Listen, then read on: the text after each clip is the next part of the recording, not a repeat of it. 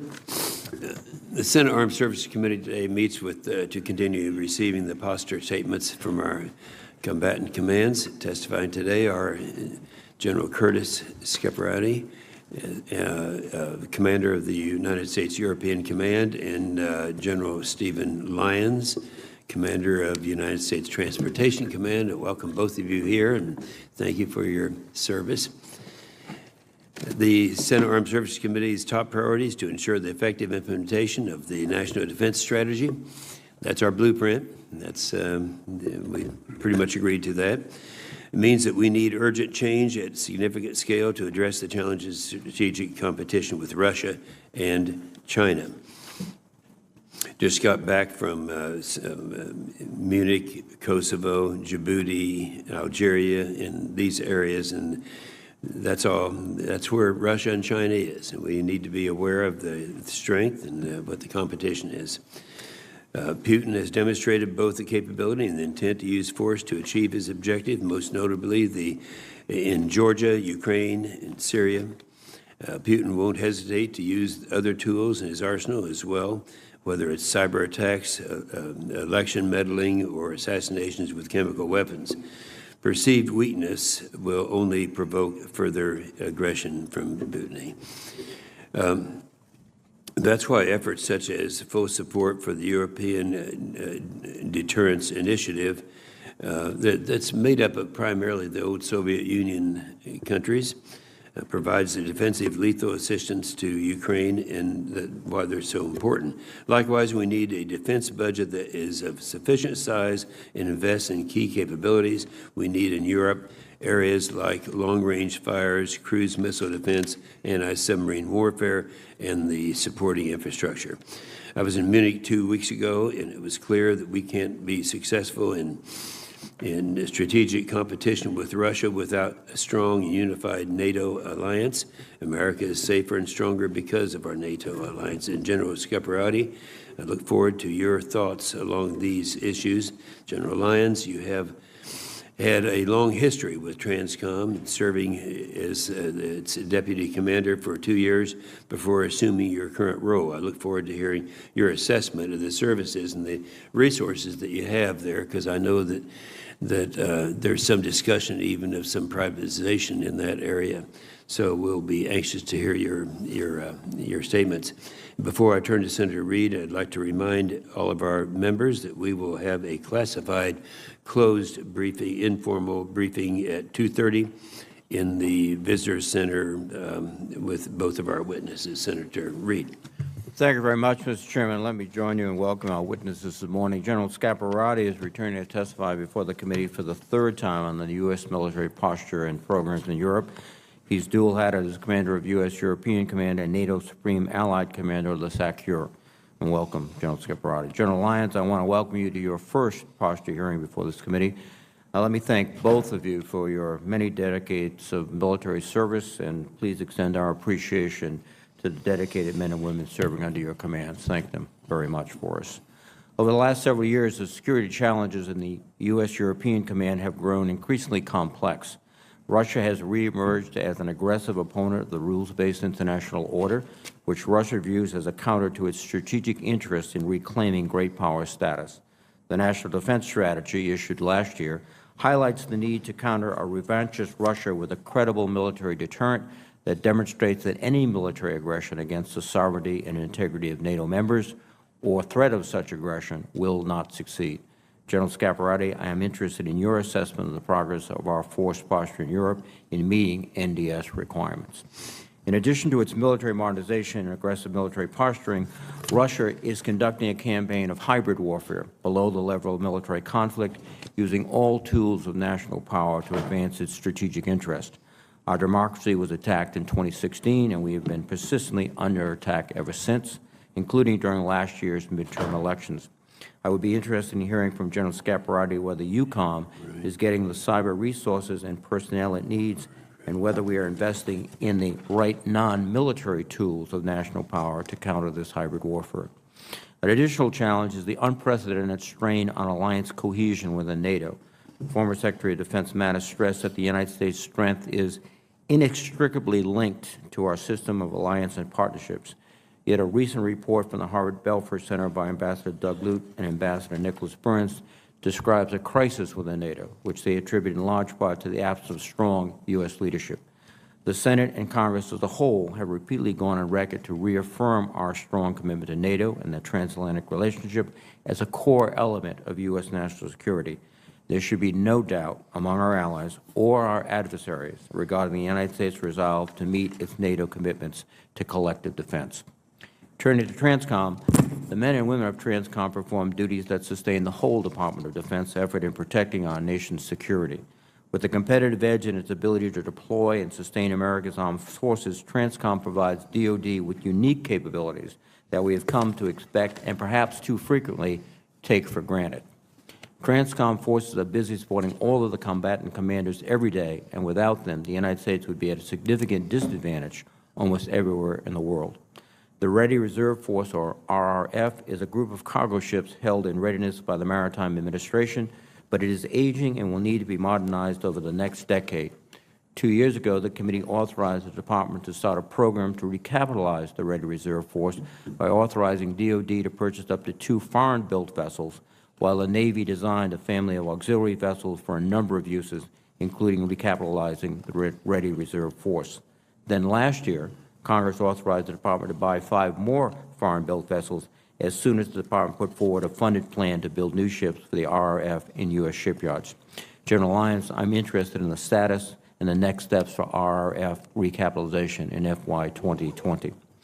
The Defense Department also needs to ensure that the Civil Reserve Air Fleet, or CRAF program, which provides as much as 40% of wartime airlift needs, remains viable after operations in Iraq and Afghanistan and will be able to provide needed surge capacity in the future.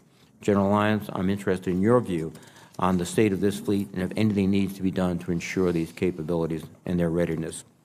Our global transportation capability, owned and managed by TRANSCOM, has one of our asymmetric advantages for many years now. However, we cannot assume that potential adversaries will allow us free rein in this area in the future. Last year, General McDougall told the committee that TRANSCOM has been conducting analyses to assess requirements for an environment where our mobility forces will be challenged, and his assessment was that additional investment in lift would be needed. However, when we received the report of that analysis in the Mobility Requirements Study earlier this year, the study's conclusions differed from General McDougall's assessment. General Lyons, perhaps you could give us an update on why there was a change. Finally, TRANSCOM also faces a unique set of cyber threats because of the command's extensive network with private sector entities in the transportation and shipping industries. General Lyons, I would like to get an update for you on progress in the cybersecurity efforts you have made since last year. Once again, let me thank the witnesses for their service and for their testimony. Thank you, Senator Reed. Well, you guys know the drill. First, you're going to have 5 minutes. Try not to exceed 5 minutes, but your entire statement will be made a part of the record. We'll start with you, General Scaparrotti. Chairman Inhofe, Ranking Member Reed, distinguished members of the committee, good morning and thank you for the opportunity to appear before you today as the Commander of United States European Command. I'm honored to be here today, or this morning, with General Steve Lyons as well. First and foremost, I want to thank you for Congress's support of the service members, civilians, and families in Europe. These warriors demonstrate selfless service and dedication to the Euro-Atlantic defense, a mission that is essential to our national security and to maintaining global peace and prosperity. We as a nation are blessed by their voluntary and exceptional service. Thank you again for your steadfast support of these patriots and their mission. The threats facing U.S. interests in the EUCOM area of responsibility, which includes Israel, are real and growing.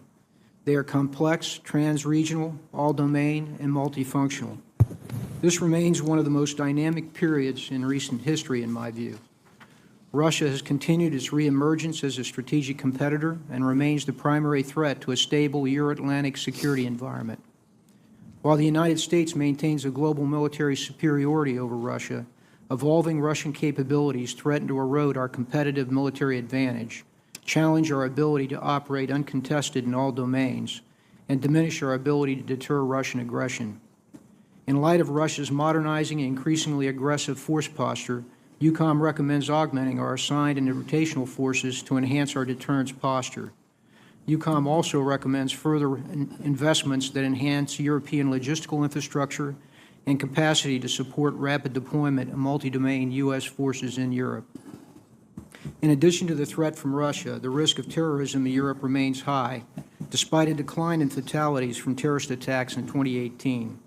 Violent extremists present a clear and present threat to Europe's people and their infrastructure. Thankfully, the United States is not alone in facing these other challenges across the Euro-Atlantic theater. As our national defense strategy states, the NATO alliance deters Russian adventurism, contributes to the defeat of terrorism, and addresses instability along NATO's periphery. Our allies and partners play a vital role in our collective security, and they have made significant progress in increasing cash, contributions, and capabilities that provide our common defense. For almost 70 years, NATO has been the cornerstone of Euro-Atlantic security. As NATO adapts to remain relevant and fit for purpose, we will find, as we always have, that every challenge is best addressed as an alliance. Let me close by, again, thanking Congress and this committee for your continued support, especially the sustained funding of the European Deterrence Initiative, EDI. EUCOM's future success in implementing our national defense strategy and fulfilling our mission is only possible with Congress's support. Thank you, and I look forward to your questions, Chairman. Thank you, General Scaparrotti. General Lyons. Chairman Inhofe, Ranking Member Reed, distinguished members, it is an honor to testify before you today and represent the men and women of United States Transportation Command. I'm pleased to join General Scaparrotti. He's one of several, but very important supported commands to the United States Transportation Command, and his more than 40 years of exceptional leadership remains a stellar example for all of us. I could not be more proud of the more than 120,000 soldiers, sailors, airmen, Marines, and Coast Guardsmen and civil servants that are assigned to United States Transportation Command. They project and sustain the joint force every day. The Department's global deployment networks, transportation capacity in air, on land, and over the sea, and our global command and control capabilities combine to provide the United States with a strategic comparative advantage unmatched around the world. Somewhere on the globe, a Transcom aircraft is touching down every 3 minutes. Transcom ships are underway, area refueling missions are orbiting overhead, and planes converted to intensive care units are moving our nation's ill and injured. I should remind everybody, though, that the key to our success is global access, and I would like to highlight that our allies and like-minded partners that provide access to key regions, support substantial basing, and reinforce DoD's global reach are critical to our mission. We know we must never take our success for granted. For decades, we could generally deploy our forces when we wanted, assemble them where we wanted, and operate how we wanted. With the rise of great power competition, we no longer assume that we can operate with impunity.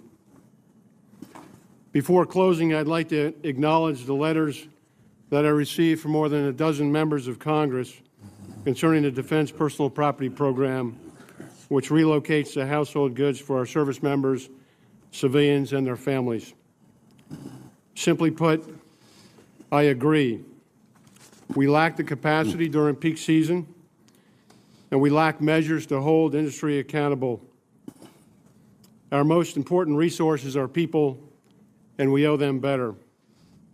So in consultation with the service secretaries and the service chiefs, and on behalf of the Department, Transcom is leading an initiative to restructure our relationship with industry in an effort to improve quality, capacity, and accountability. In closing, I'm proud to support DoD's enduring mission of providing a combat-credible military force to deter war and protect the security of our nation. Our nation relies on United States Transportation Command to respond with an immediate force on short notice and seamlessly transition to projected decisive force when needed. I'm fully committed to retaining this strategic comparative advantage. Thank you for your support to the Department and your support to United States Transportation Command. Thank you, I General. look forward to your questions. Thank you, General Lyons. Senator Reed brought up in his opening statement the question as to whether or not, General Scaparrotti, that we have the right posture and the capabilities in EUCOM to handle the credible deterrence against Russian aggression in Europe. What's your feeling about that? Well, Chairman, thank you. We've clearly made progress in European Command thanks to the support of Congress. We've added forces and capabilities. We've improved the readiness. But I would tell you, in response to your question, that I'm not comfortable yet with the deterrent posture that we have in Europe in support of the National Defense Strategy. Where are the shortfalls as you see them? Sir, I have shortfalls in our land component. And the depth of forces there. I'd like to get into more detail on that in the closed hearing, and in our maritime component as well. Both of those in particular, when you look at both the building capability and the modernization of the Russian forces that we face there. And then finally, of concern is my intelligence, surveillance, and reconnaissance capacity.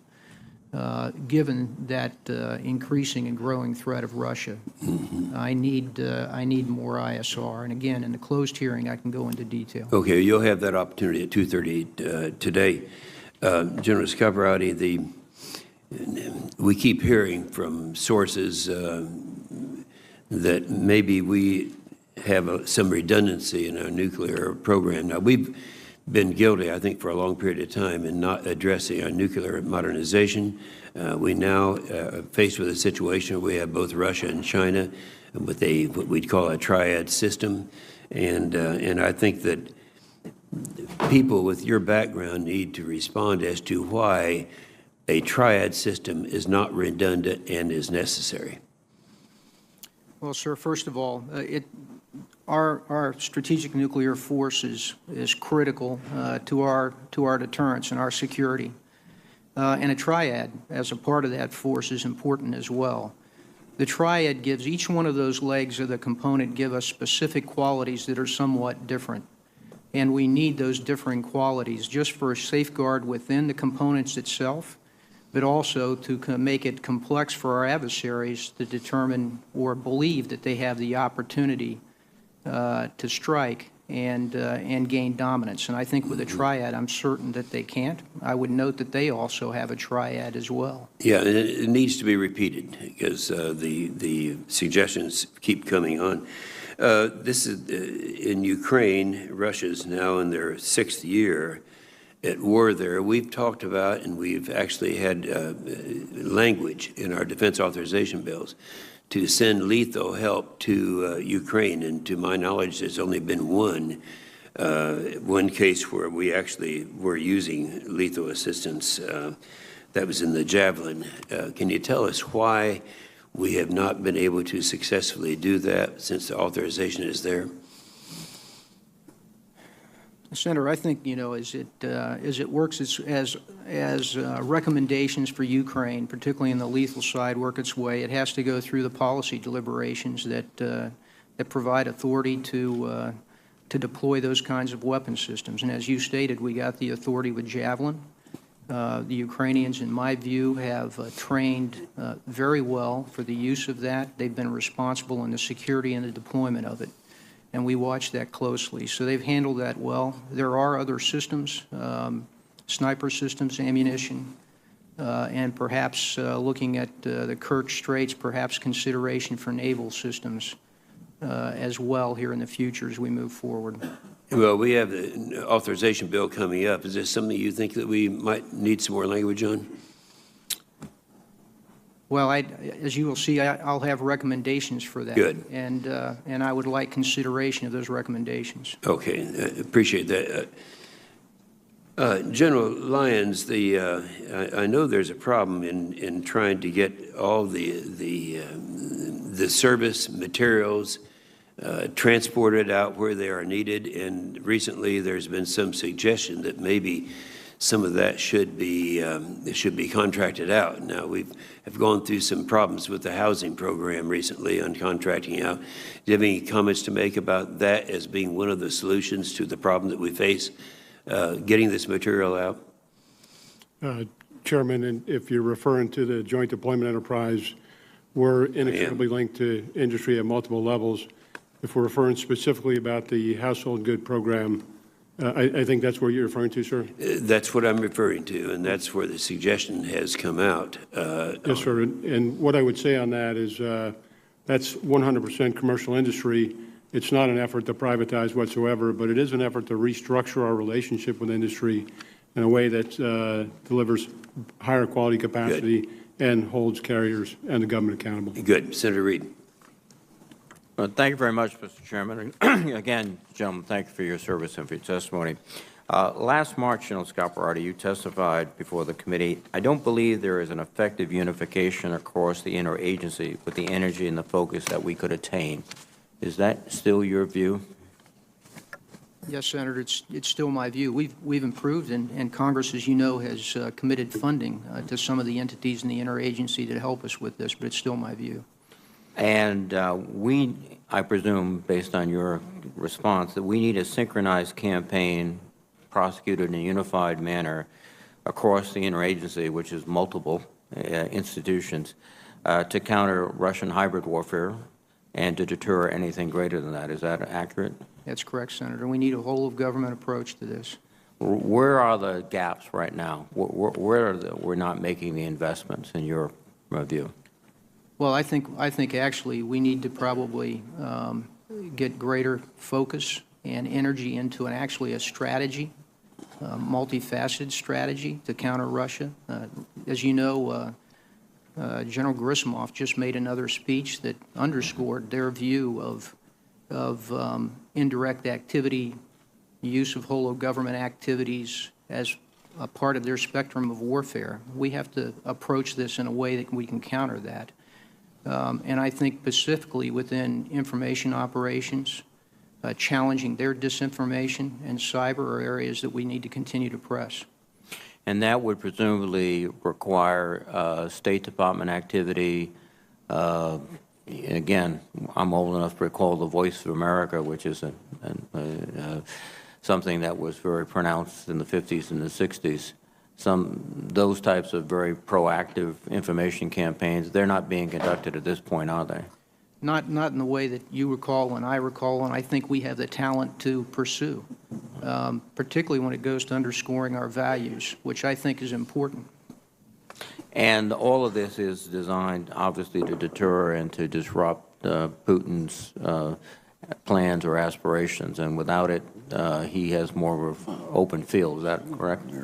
Well, they have a good deal of agility, and they seem to have no constraints on what they're willing to say publicly. Thank you. General Lyons, thank you for mentioning in your comments the Defense Personal Property Program at DP3. As the Chairman indicated, we're receiving some comments, and I'm going to follow up with some specific questions for the record, because I think this is an important issue. There is a proposal to move to a single mover manager. Again, this has some echoes of some of the discussions we're having currently about housing issues in the military. So we want to be ahead of the game. So we'll send those questions to you for your response. Sure, thank you. Even before you took charge at Transcom, the command was concerned about war planning.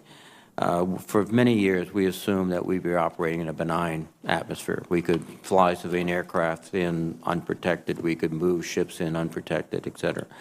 Last year, General McDew, your predecessor, hinted that, for example, the KC-46 tanker that we're buying might be too expensive to purchase because the number we would need in a challenge situation to replace and to overmatch the adversary would be significantly more than projected.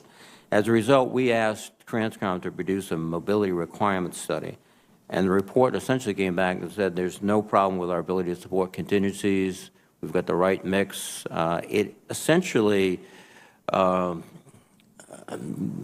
disconnected with the comments that I heard, at least my perception of what General McDew was talking about. What's changed? I mean, we all recognize this is going to be a much more hostile environment to move equipment in, and we don't seem to be responding in an appropriate way. Your comment, sir. Sir, thanks for the question. I think you're referring to the mobility capabilities requirement study that the NDA directed in 18. And that study was directed between the Department and Transcom to look at force sizing and sufficiency of the mobility force against the program, essentially out to 2023. We did that, and we did that based on a demand signal from the existing plans that exist on the books today. But I would acknowledge to you today, and I think General McDew is alluding to this, as we emerge our defense planning scenarios to be more reflective of the defense strategy, as we emerge and develop globally integrated plans, which are happening right now in the Joint Staff, we do see the potential for an increased mobility requirement, particularly in the area of aerial refuel, which is the lifeblood of the Joint Force. So that what you sent up to us has been overtaken by events, more or less. Sir, I would say we still have work to do on the plans of which it's based. So the demand signal is emerging right in front of us, and we'll adapt a study to the plans as they evolve. Yes, sir. Thank you. Thank you, Mr. Chairman. Thank you, Senator Reid. Senator Wicker.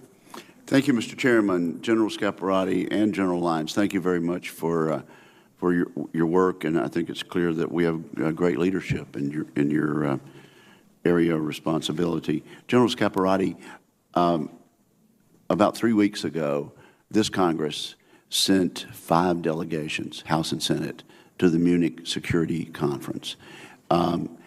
That show of force was followed on then by a delegation going to the NATO Parliamentary Assembly and another delegation going on a week later to the OSCE Parliamentary Assembly.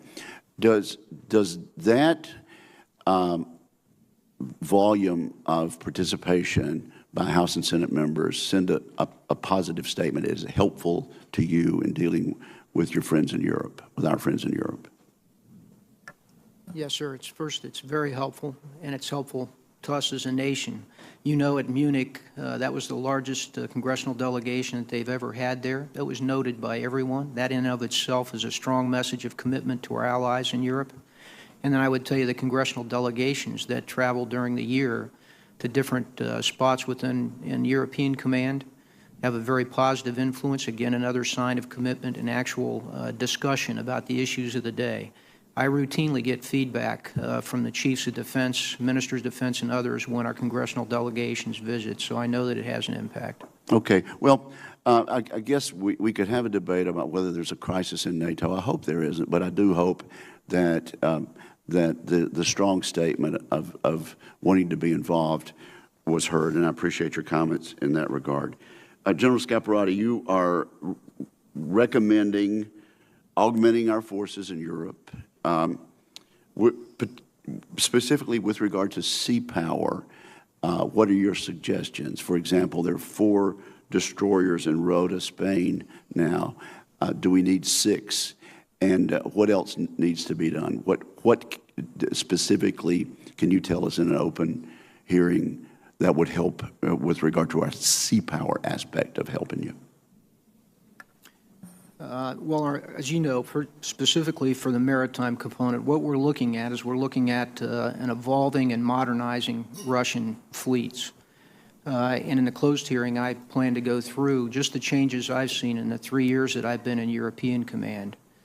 If we want to remain dominant in the maritime domain, and particularly undersea, which we are today, we've got to continue to modernize, and I think we need to build our capacity. So specifically for destroyers, yes, I've asked for 2 more destroyers within EUCOM. I'd like to go into a little more detail on that in the closed hearing rather than here, but again, we do need greater capacity, particularly given the modernization and the growth of the fleets, Russian fleets in Europe. In addition to the 2 destroyers, can you tell us publicly what else you're asking for in terms of ships? Well, this primarily has to do with capabilities that deal with the numbers of Russian ships that we see within our theater today, and also for anti-submarine warfare. And I'd like to go into the more detailed piece in a closed hearing. Are we going to need more ships or fewer ships? Well, that's a service question as to how they, In your area? in my area more. And I would like to see, or at least the rotation of naval component, carrier strike groups, amphibious strike groups at a little better pace than I've seen in the 3 years that I've been in command. General, at the Halifax Security Conference and at the Munich Security Conference, a number of us met individually with the defense minister from Turkey. At the military level, are we doing better with Turkey than it would appear on the front pages of the newspapers? What's the news out of Turkey recently, and is there any good news? Well, I would say, first of all, that we have a good, very strong mill-to-mill relationship with our counterparts in Turkey. I know very well their chief of defense and their minister of defense, who was the chief prior to this, prior to him becoming the minister. We do have some differences, as you know, and you can see in the paper, but we have very candid and frank conversations, and we've been very successful at working through mutual interest to this point. Our mill-to-mill relationship, as it reflects in the deployment of our forces, in my view, has improved over the past year. And so that's what I would hope that our work together will continue to do here as we look at the tough issues we've got to face within the European Command. So in terms of military to military, things are a little better than they were a year ago. They are. They've improved, and I think we have a good, candid relationship. Thank you, sir. Thank you, Senator Wicker. Senator King. Thank you, Mr. Chairman. First, General Lyons, I noted your concern about the movement of personal items and want to volunteer as a consultant. 50 years ago, I worked for Allied Van Lines in this area moving military families. So if you need technical assistance, it's a lot better, for example, to move a carton, to pick up a carton of lampshades than it is books. I learned that the hard way. Sure, anyway, I couldn't resist. You brought back a lot of memories when you talked about moving furniture for military families. General Scaparrotti, I know you touched on this, but game out for me what happens if little green men appear in Lithuania or Latvia. How do we have we war gamed what happened in the Ukraine and Crimea? How do we respond? It seems to me this is a real challenge for our whole deterrent posture. Well, yes, we've taken a close look at both what's happened in the past and what we think could potentially happen here in the future. The first thing I would say is that as a result of that, we've worked with our allies in the Baltics, Poland, Romania, Bulgaria, along the eastern border, on what we've learned and also on the capabilities that we think we need as an alliance, both them and us, in order to deter this. And our first perspective is, what do we do today to ensure that Russia fully understands the commitment of Article 5 for an alliance? But the question is, what's the definition of attack? It seems to me that's the gray area that we're in, to know when and how to respond when it's not clear that it's tanks aren't rolling across the border. Well, you hit it on. I mean, the thing that I worry about most. You can continue that. You hit it on the head, Senator. I like that in the record. Well, you did. The thing that's difficult is not necessarily an actual attack that you can see coming. It's right. Actually the kind of subversive undermining of both the nation's authority, one of the nations that they're undermining, which is what they do, and other elements of power that aren't necessarily military. The military would be one of the last that they want to use. So that's the most difficult. But we also work with our interagency to the point that Senator Reid made. That's the importance of all of our elements of power here. When you can combine 29 nations with their elements of power in response to Russia's, there's a slam dunk. There's no doubt that we can handle this and they'll be deterred. But we've got to work together. A question about funding and budgets. We haven't seen a budget yet, but there's a talk that there will be a significant increase in military budget, but primarily in OCO, as opposed to line items. Give me your thoughts about having money in OCO rather than allocations and authorizations that you can put to work in your AOR. Well, primarily, those budgets that come in within the base budgets itself laid out in a FIDEP give me greater stability and knowledge of what's coming in the future. So really what we need is predictability. OCO tends to fluctuate each year.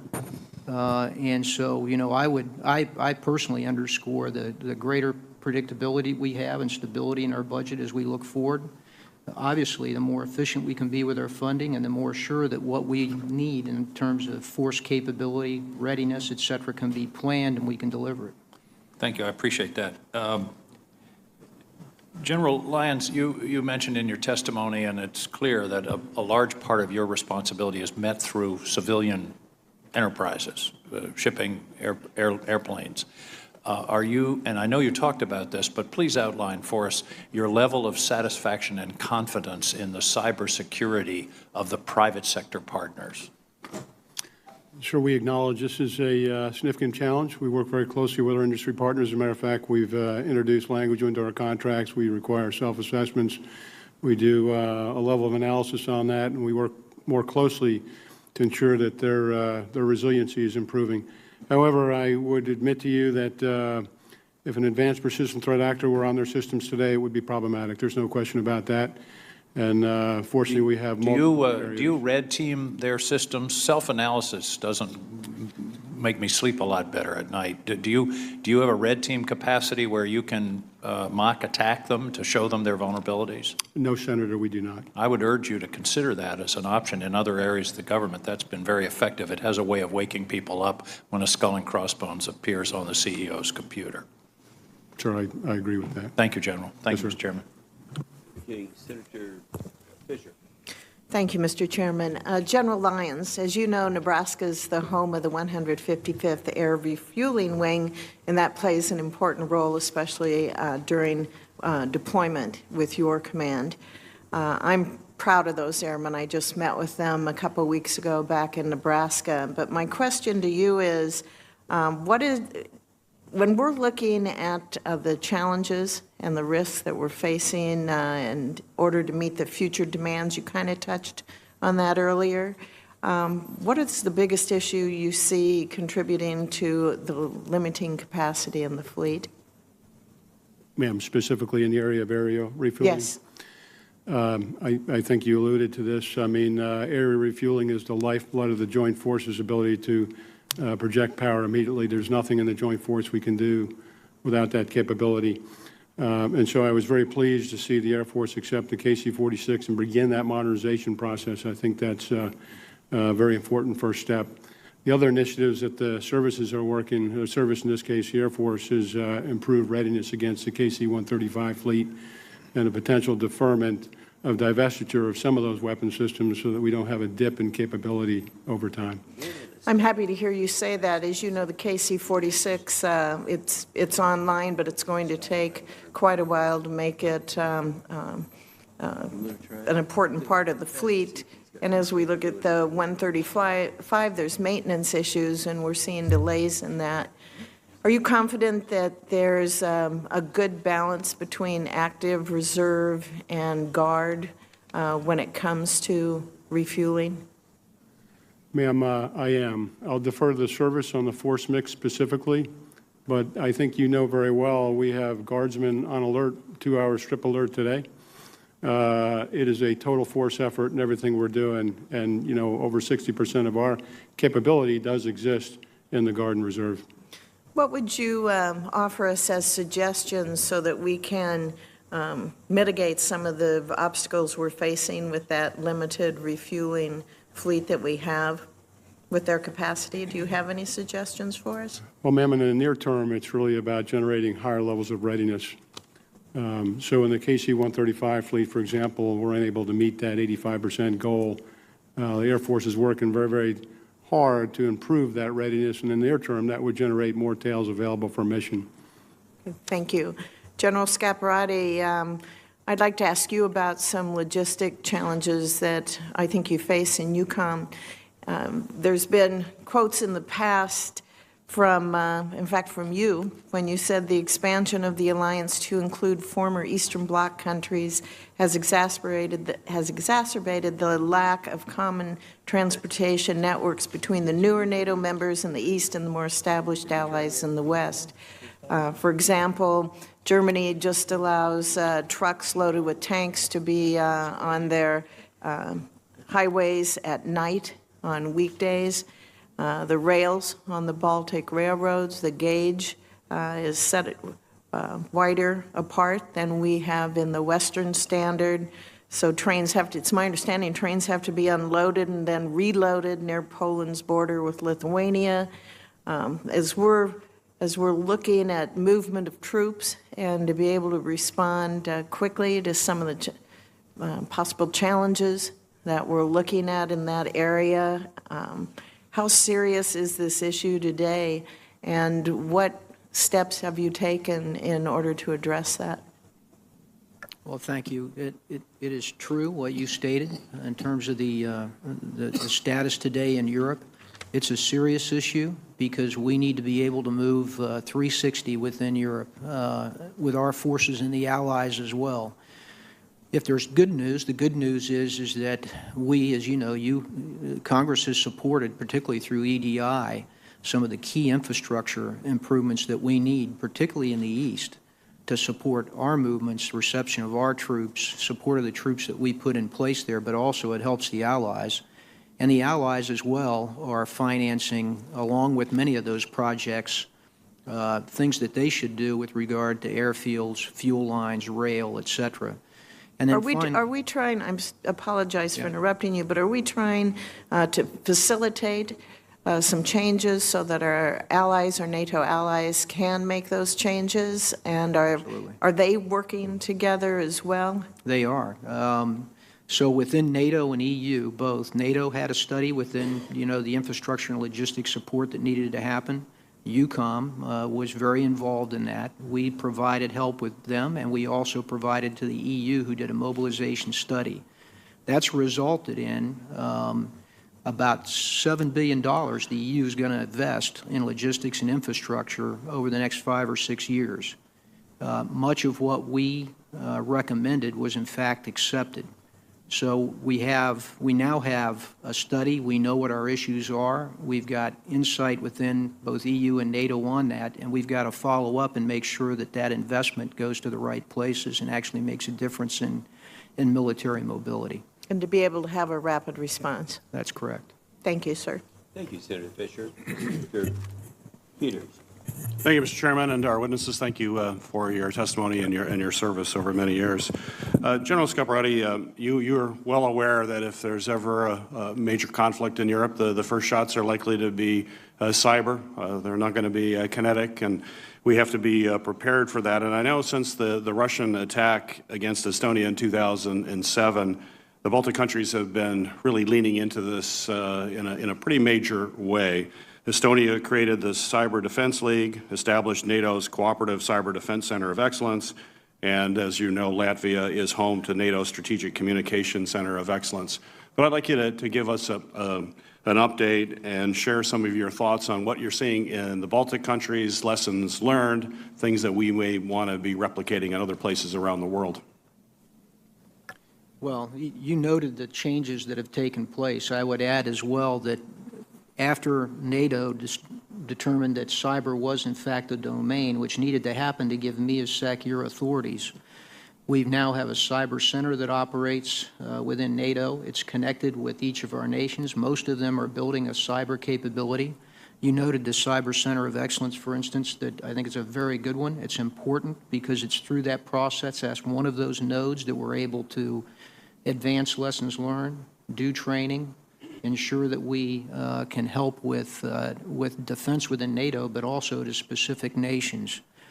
So, like anything in cyber, though, it's a very dynamic world. We've got, we're facing Russia, who is very agile in this and good at it.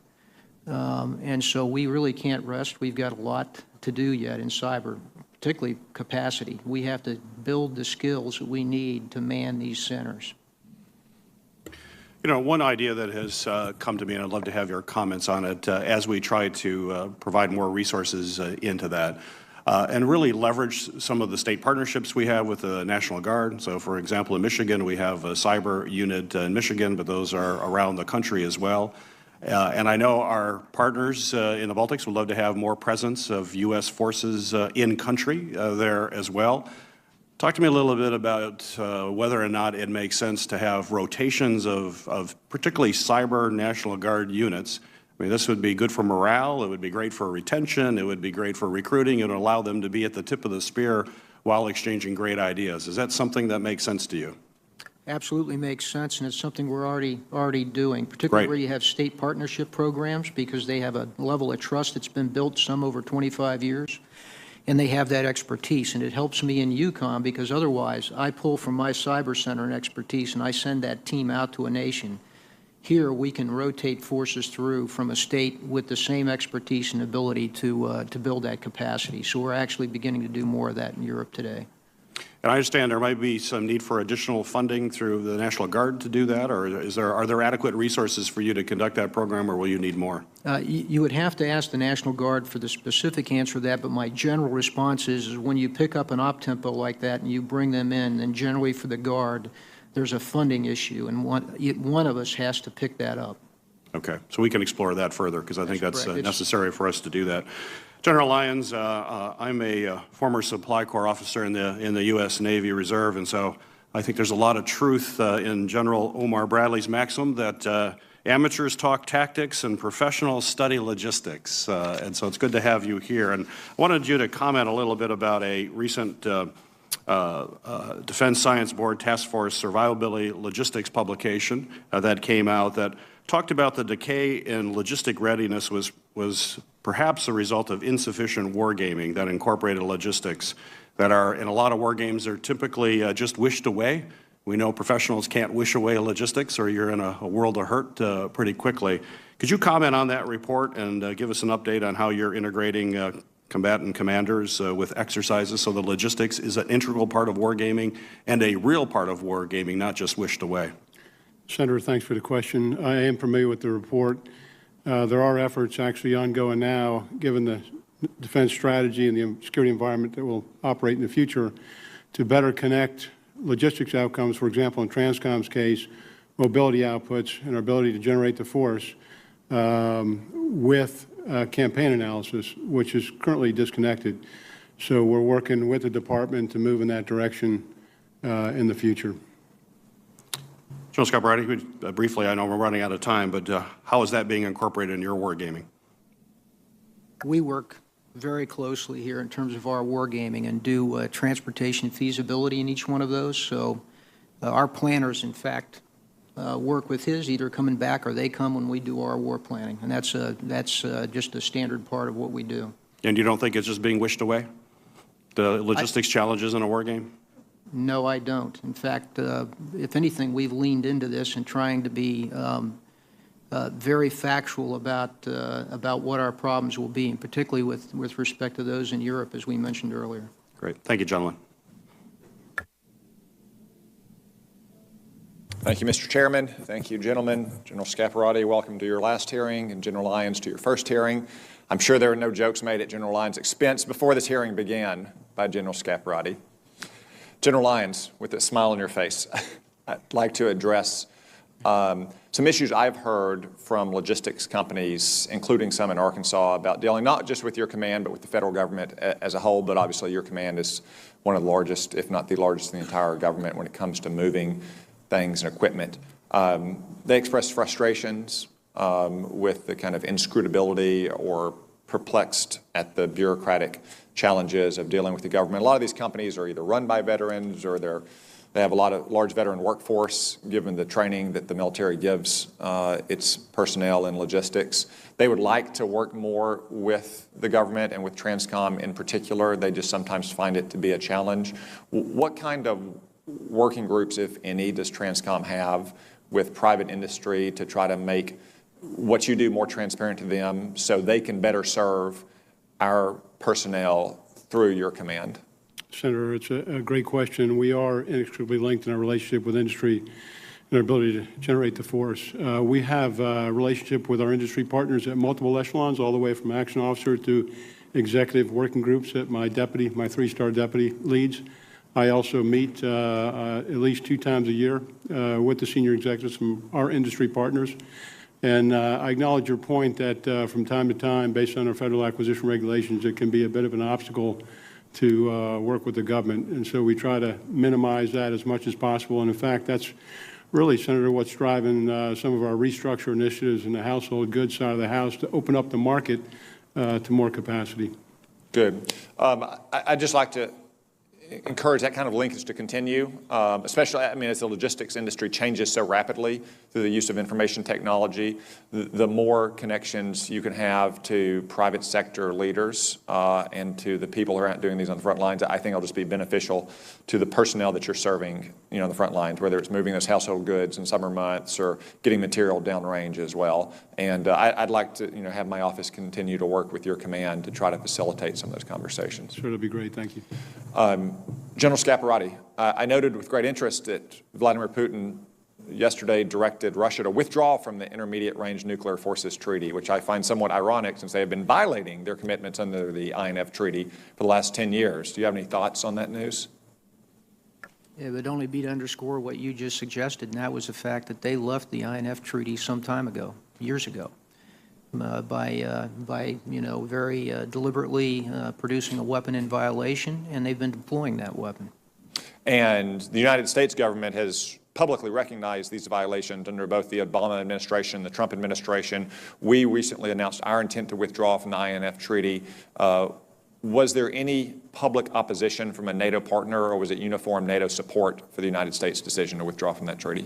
NATO, both in December and February, produced very strong statements in support of each step that we took in terms of our withdrawal from the INF Treaty. I would say that our NATO allies understand that the INF is a very important component to European security from their view. They will emphasize, I'm sure you've heard them with each step, that they would hope that we would continue to work to bring Russia back into compliance before we're fully out, the 6-month period, or that we would look forward from that then to perhaps a new treaty that would encompass the new weapon systems, et cetera. So they very much understand the importance of this, but they did support us strongly, 29 nations strongly, in our decision. Thank you.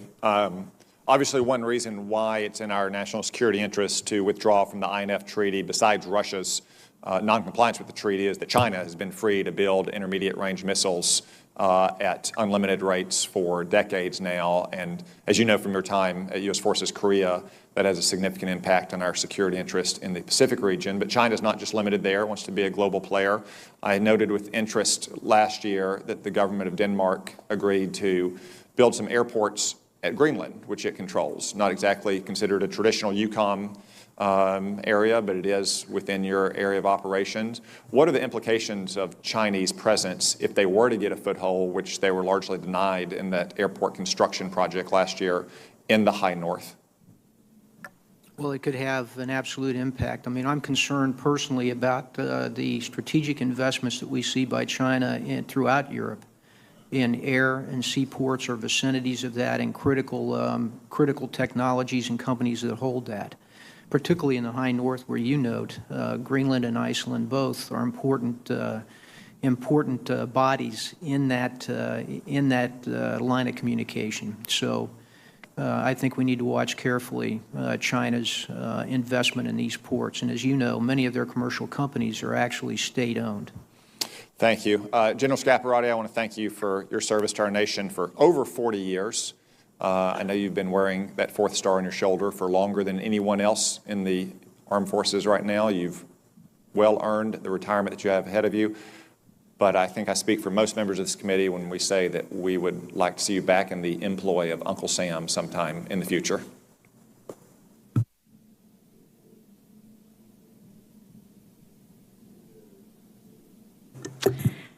Well, thank you both for being here and for your service to the country. General Lyons, I want to follow up on some of the concerns that have been raised by Senator Reid and Fisher about the phasing out of our KC-135s and when the KC-46s are going to arrive. It's my understanding that in New Hampshire, where we have the 157th Air Refueling Wing, that there will be a period of months between the time the 135 is phased out and the 46 is delivered, given that it's already behind schedule. Can you comment on what we should assume will happen during those months when there's no refueling capacity, and whether the intent will be to try and keep the 135s around longer until the delivery of the 46s? Ma'am, from my perspective, that's the key issue, is to maintain operational capability throughout the conversion. And the Air Force is working that very issue. In fact, they're working currently to delay the divestiture of a select number of KC-135s so that we don't have this exorbitant dip in capability over time. And so the service is working that, ma'am. And should we assume that that's going to happen? I mean, I appreciate that the service is working it, but does that mean that we are going to see that extension happen? Senator, it's been my request. It's been well received by both the air component and the chief. Obviously, it's going to cost some money, and when the money is put into the program, that's when we'll know. But the intent is to retain 28 weapon systems beyond their currently scheduled retirement. Thank you.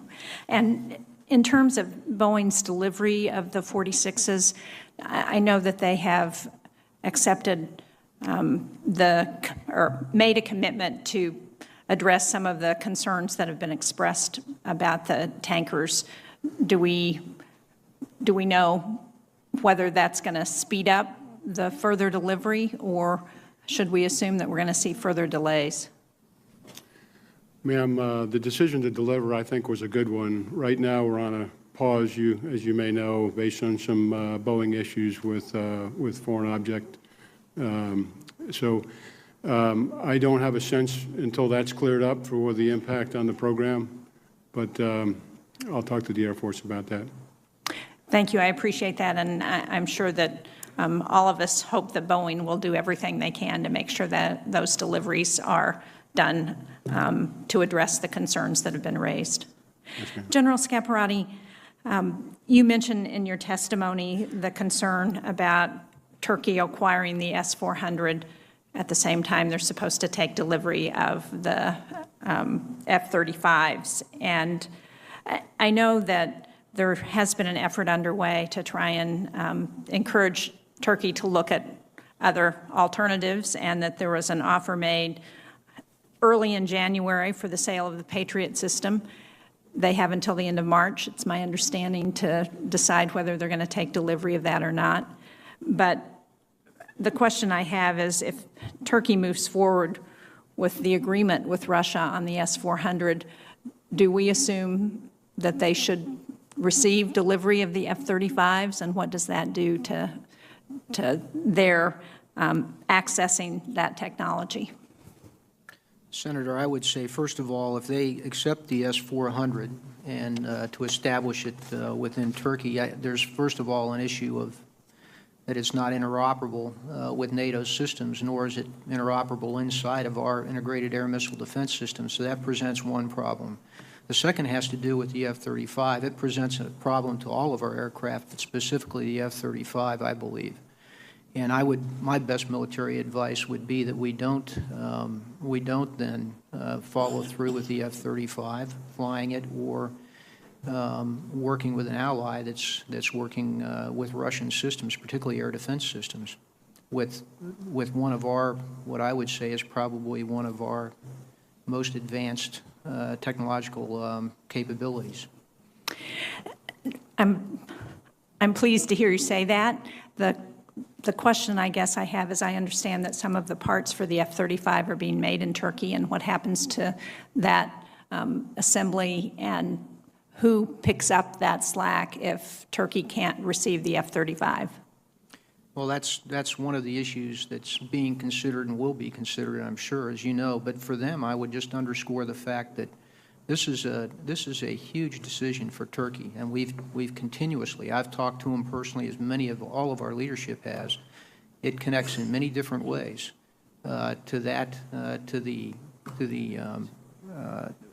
employment and the integration that they have within the system itself, the F-35, but also to FMS and other systems that we sell to Turkey as well. And so I would hope that they would reconsider this one decision on S-400, one system, but potentially forfeit many of the other systems and one of the most important systems that we can provide them. Well, thank you. I share that view. I think Turkey is an important ally, but it's one that we hope to be able to depend on. Thank you, Mr. Chairman. Thank you, Senator Shaheen. Let me inform you that some of the KC-46s have been delivered. In fact, I flew the right seat of a KC-46 from Seattle, Washington to Altus. It's running fine. Senator Sullivan. Thank you, Mr. Chairman. And gentlemen, thank you for being here and your service. General Scaparrotti, I want to talk about a few things. First, there's a narrative that I think is played out a lot in the media that the administration or what you're doing in your capacity is somehow being weak on Russia and Putin. So just want to talk about a few actions that under your leadership we've been taking, because isn't it true that the one thing that Putin understands more than anything is power, right? Would you agree with that? I would agree. Power, military forces, energy production, not words, but actual power. Mm-hmm. So does it help that we have now our forces deployed in countries like Poland and the Baltics and the European Reassurance Initiative, which this committee's supported in a bipartisan fashion? Yes, sir. Very important. How about, it doesn't get a lot of press, but my colleague Senator Ernst was recently in Ukraine. And as you know, the previous administration was reluctant and never helped the Ukrainians with defensive weapons systems that they could use to protect themselves. Under Secretary Mattis's leadership, when he got involved, we did provide the Ukrainians the Javelin anti-tank missile system. How is that working out? Well, Senator, first of all, as I said earlier in testimony, they've received the system. I've been impressed with their training and their preparation to utilize it. You think that makes Russian T-72 tank drivers in eastern Ukraine a little more nervous? I think it does. I think the fact that they have a Javelin that they could employ and they know how to employ it is a deterrent. Are we seeing any force posture indications that they're taking that into consideration when they're moving those kind of forces? When I'm talking about the Russian forces. Not directly, because we've not employed them right on the line. The Ukrainians haven't, but I'm sure that they're aware of them and they take that in consideration in the employment of their forces or where they put them. They know that it would be it's a lethal weapon system. Okay, thank you. I don't know if you mentioned, I'm sorry I had to step out prior to your testimony, but can you talk a little bit about the Vostok 2018 exercise? My understanding was it involved 300,000 Russian troops, 80 ships, notably 3,200 Chinese troops, including up to as many as 900 Chinese tanks. Are those reports accurate, and should we be concerned about that? Well, first of all, the numbers that they publicized are higher than what was factually present. I can talk in more detail on this in the classified hearing this afternoon. It wasn't that large, but it was large, and yes, we should take notice, primarily because it was designed for them at a very strategic operational level to be able to command and control large forces in a force-on-force type of exercise scenario. It connected them with multiple of their regional commands, specifically in order to practice that. It covered both conventional, long-range precision munitions training as well as nuclear training offset toward the end. And it included China, as you noted, which is the first time I can recall them providing forces in a partner training scenario, which is quite unusual. So the size of it, the complexity of it, the communications that they demonstrated, the fact that it was a hybrid conventional and nuclear exercise, I think is all important. Let me ask, thank you for that. General Lyons, you and I had a discussion, and the chairman, I see, was just talking about the KC-46 and the deployment of that. I know that's not ultimately your call, but it's certainly you're an advocate and you have a lot of knowledge. I'm going to ask just a couple quick questions that I just appreciate quick answers to. But when you look at the places where you would want to deploy that, either CONUS or OCONUS decisions, you know, the National Defense Strategy prioritizes great power competition with China and Russia, decisive action against North Korea. Would it make sense to place KC-46s in a part of American territory, state, or otherwise that's closely proximate to those places? Senator, just to be clear, Alaska is clearly a strategic location. So you're getting to my punchline already. I haven't even gone through the list. Let me go through the list. Go ahead. So we're close to all those places. We're the only state where you're actually right at the seams of EUCOM, PACOM, NORTHCOM, STRATCOM. The state of Alaska's in the seams of every one of those. The O plans that support contingencies all focus on Alaska. It has the 4th largest fuel storage area of the Air Force in any place in the world. It's going to have over 100 5th-generation fighters in the next 2 years. 100. No other place on the planet Earth will have 100 combat-coded 5th-gen fighters. It has the existing infrastructure to support aerial refueling operations. And J-Park will be the best training place for 5th-gen aircraft anywhere in the world. So is you're advocating for the KC-46? I mean, of course I'm advocating for the state I represent, but I wouldn't do it unless I thought it made 100% strategic sense. So just give me your thoughts on that very quickly. Sir, I know the Air Force is still developing the basing plan. It's not complete yet, particularly in the future years. I do have confidence that they'll look completely at the operational range and capability to be able to swing and give us the flexibility of TRANSCOM to employ that important weapon system. And I'm sure that Alaska is part of that discussion. I just don't know the details, sir. Thank you. Thank you, Mr. Chairman. Thank you, Mr. Chairman. I hope on that right seat ride, you didn't try to get them to do a hammerhead or anything, did you, with any aerobatic maneuvers?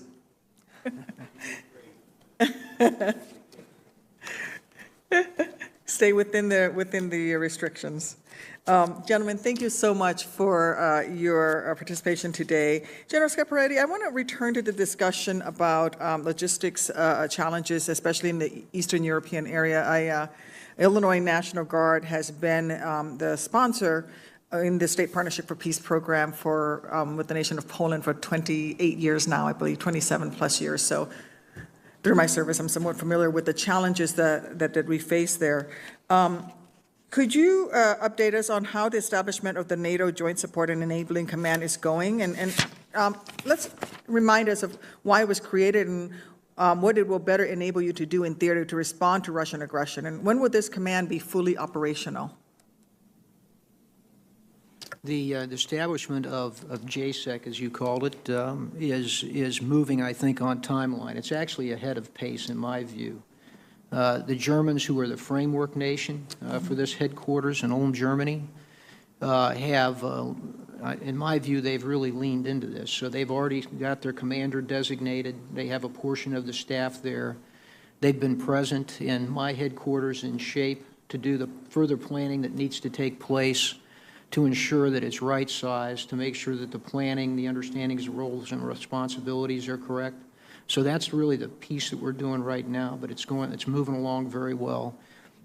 This fall is IOC, and it's another year before it be fully operational. So we've got some time here before it be fully operational. But I would say to you that I think they'll be ahead of that in terms of real output. They're already making a difference in terms of our logistics planning with other logistics commands within the headquarters and throughout the components. So I think they'll actually be leaning into that before they're actually fully established, so to speak. Why did we set that up? Primarily because in a European environment where we've got to be able to support and move 360, not just to the eastern border, but north to the high north, south, and west, with a threat that's actually 360. And then we needed to protect the central lines of communication, critical ports, seaports, and infrastructure in doing that because it's been testified to here and by General Lyons. We're now in a contested environment. We needed a headquarters that both looked logistically as well as protection of those key assets. And that's really why we stood up that command, and it's well placed being in kind of the heartland of Europe, so to speak, and sense of Germany. So it's a very important step for NATO to take, and I think it demonstrates NATO's focus on making sure that it will be relevant to the environment that we're in today. Thank you, General. General Lyons, how would TRANCOM plug into the JSEC, and has this been tested yet? I mean, how would you plug in times during conflict, for example, and have we tested it? Senator, first let me say just thank you for your understanding of logistics and the importance of logistics to warfighting. Greatly appreciate that. I've actually been to Europe several times. I've met with the leadership that were developing the JSEC, and I understand that concept very well. I think it's a great initiative that General Scaparrotti and his team are moving out on. I don't know that we plug in directly. We plug in directly to his EUCOM headquarters through a European Deployment and Distribution Operations Center, and then across, at echelon to include his headquarters. And we would take the signals that he would be sending on his priorities for mobility and then meter them accordingly. And he would have the role then to integrate that from a coalition perspective. Thank you. I'd like to, with that, I'd like to return, General Scaparrotti, to an understanding of SEALIF. We had a discussion earlier today, and I understand that recently NATO reactivated its Atlantic Command to guard the sea lanes of approach into Europe in the event of war. Can you describe for me in general terms the amount of SEALIF that would be required to move significant U.S. forces to Europe in the event of conflict? And are you comfortable with the amount of SEALIF at your disposal right now in the event of a conflict? Well, Senator, when we go to the closed section, I can probably get into more detail on that, but I would say it's significant. And because of the types of forces I move, I think Steve would agree that we rely on SEALIF largely for a lot of that bulk and heavy movement. I'm aware of the challenges to particularly our reserve force for naval forces. And our commercial support. That's all important if we had a full conflict in Europe. And so I would just underscore the importance of funding that, making sure that we have the readiness in the right place, because we'll rely on it heavily for any crisis in Europe. Thank you. We'll probably try to follow up in the session later today. Thank you, gentlemen. Thank you, Senator Duckworth. Let me just, since you brought up the KC-46, remind all of us here that that's replacing eventually the KC-135. The first KC-135 that was delivered to Altus Air Force Base was in 1959.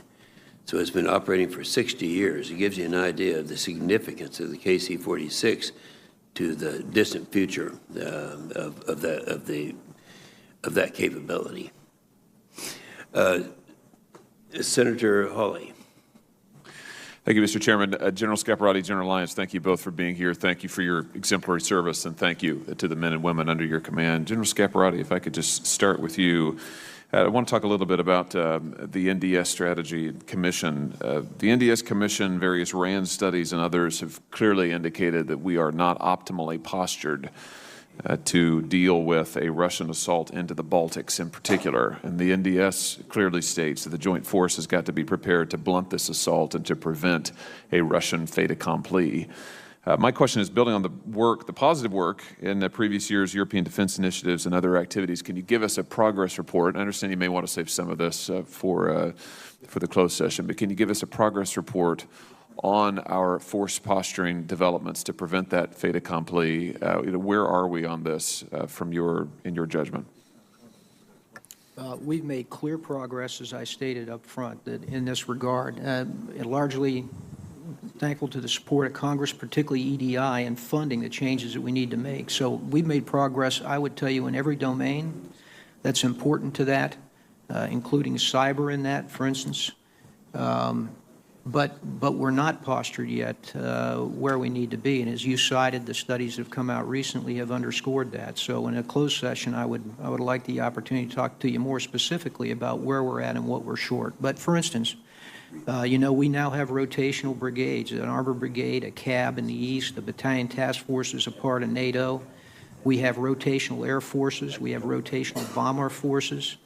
We have had twice now, well, 3 times actually, a carrier strike group, and once already in the high north for the first time in 20 years. We started at the beginning of my time here 3 years ago, we were moving 1 brigade at a time and challenged. A month ago, I moved 4 brigades, 2 armored, 2 cabs, simultaneously in Europe. That's progress. And thanks to Transcom and others that help us, do the work, provide the assets, increase the infrastructure to make that happen. So there's clearly progress, but we're not there yet. And again, with the reservation, I realize you want to save the specifics for the closed session. I think it's important to get some of this on the record as we're about to, as you know, go into the authorization season here and then the appropriation season, where we'll need to be making the case for authorizing and then spending what is necessary in order to get you what you need. So can you give us an overview, at least, about what more you think we need, generally speaking, to get you to the posture that the NDS recommends? Well, first of all, we'll start with the cyber domain. There is a plan and an increase in my cyber capability, and I have been increased by Cybercom as a priority. So that's happened. But I still have personnel and skills in the numbers of around 50 personnel yet that would be very helpful to have them in place. So that's one of those. If you go to the land component, I need greater land component capability, not only in armored elements, but with my enablers. And I'll go into more detail in that and the other. I've mentioned maritime, greater capacity there, as well as specific capabilities to stay ahead of, frankly, the modernization that we see in Russia's maritime forces. The Air Force is presently in a rotational basis, providing 5th-gen aircraft to me, bomber aircraft, et cetera, which we need to employ for a deterrent factor and also to ensure our readiness and capability. I'm looking forward to those being stationed permanently in some numbers within Europe as well. Great, thank you. Let me ask you about our European allies.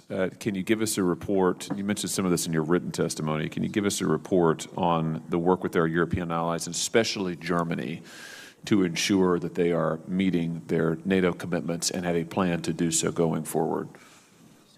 Well, as you know, we've been working with all of our allies, and I mentioned up front the cash contribution.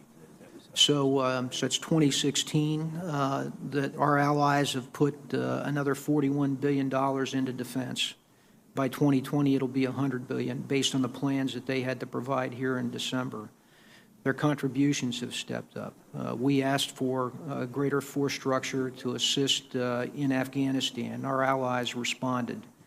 So I think when you look at that, they're clearly responding, but we have a ways to go yet. Germany, in particular, has responded as well. They plan to bring their defense investment up to 1.5%. That's not 2% yet. That's where it needs to be. But they're clearly refocused on their contribution as well as their readiness.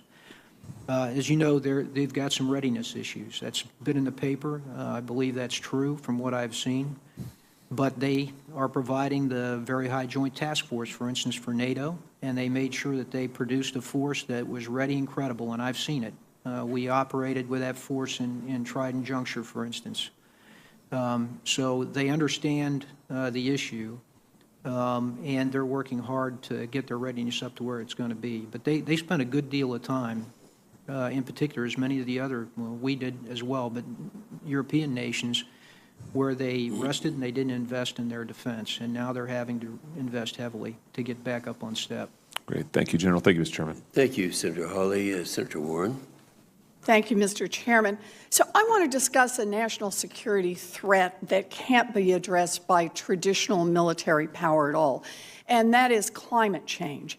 The unclassified worldwide threat assessment by the Director of National Intelligence said, and I'm going to quote here, global environmental and ecological degradation, as well as climate change, are likely to fuel competition for resources, economic distress, and social discontent through 2019 and beyond, end quote.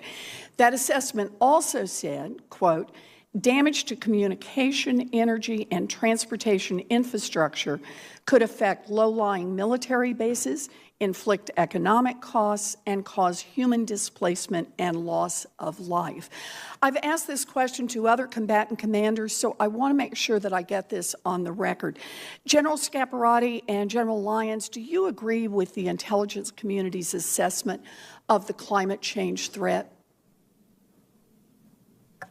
I do, and I believe that, as you noted, much of this will be drivers for potential conflict, or at least very difficult situations that nations have to deal with. The second, I would point you to the high north, and that's the increasing opening of the northern sea route and the challenges that presents from a security perspective. Yes, thank you. Thank you. General Lyons, do you also agree? Ma'am, I agree. These are sources of conflict, and we certainly have to be prepared to respond to them. Good. Could I then ask each of you very briefly, because we have very limited time, just to describe how climate change impacts your operations in your commands and what you're doing to adapt to these changes? General Scaparrotti, would you like to start? Well, I think the most apparent to me is the one that I noted, and that's in the Arctic. We already are seeing longer periods of time that the northern sea route is open, and so as a part of that, there's an increased interest in commercial and resource capabilities there. China, for instance, is pressing to get into the high north and have some presence there, and so that creates competition. Russia, because that northern sea route is the one that follows most closely to their borders, has reopened 10 of their airports there. They now have radar systems up. They've begun to move on periodic times, different weapons systems up there for control of the area. So those are all things That's serious. that I have to bring into my planning. So, and what has been your response to that? Well, actually, just briefly. Briefly, we've changed, we've updated our plans as a result of that. We've had to change the posture of some of our forces. We've changed our operational patterns so that we, in fact, deter and we send the signal of the importance of the Arctic to us. Those are just some of the ways on day-to-day that we've made changes in our normal routine in order to demonstrate significance and capability in the Arctic. Thank you. General Lyons? Ma'am, anything that degrades our ability to project and sustain power globally at our time and place of choosing is a concern, and we know that we have to operate in any conditions whatsoever. So what are you doing by way of response? Ma'am, in other words, in our planning and so forth, we consider all environments. But more specific to General Scap's point about the more scientific piece of it is, that's a little bit out of my area of expertise. Fair enough. I really wasn't looking for so much a scientific answer, but as General Scaparrotti said, how you have to kind of readjust where you are and what you're doing. If I can, I just want to say adapting to climate change impacts our military readiness, and I'm glad you both take this threat seriously. I appreciate that. In my remaining time, I just want to ask very briefly, if I can, about the INF Treaty. We all know this is a landmark treaty, arms control treaty with Russia, negotiated in 1987 by President Ronald Reagan. The treaty prohibits both of our countries from testing and deploying ground-launched ballistic and cruise missiles with a range of 500 to 5,500 kilometers.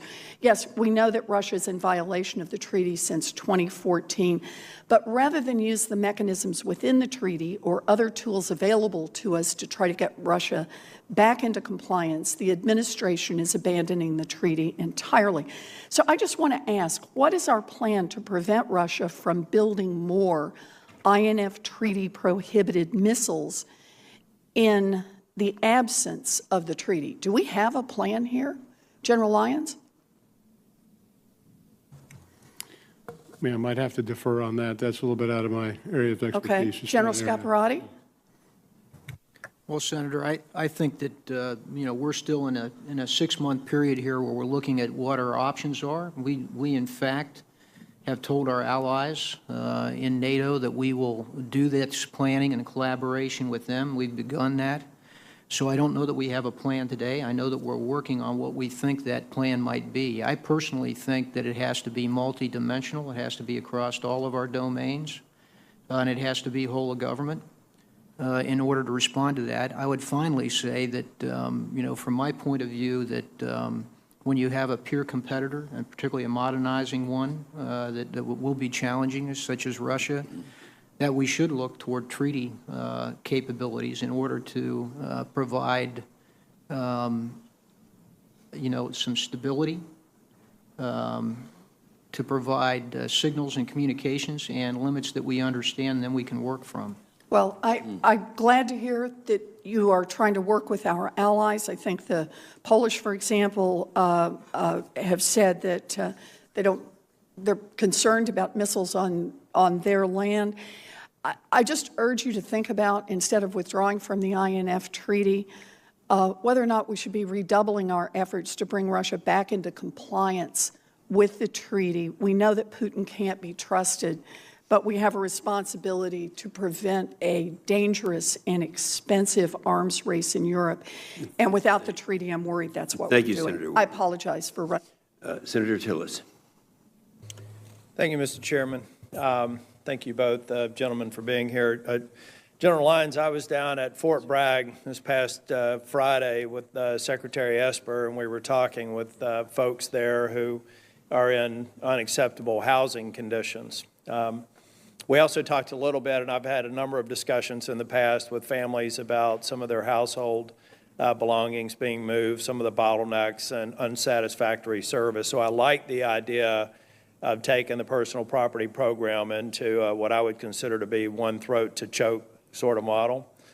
But I'd really like to, maybe if you could briefly describe where you think this is going to end up.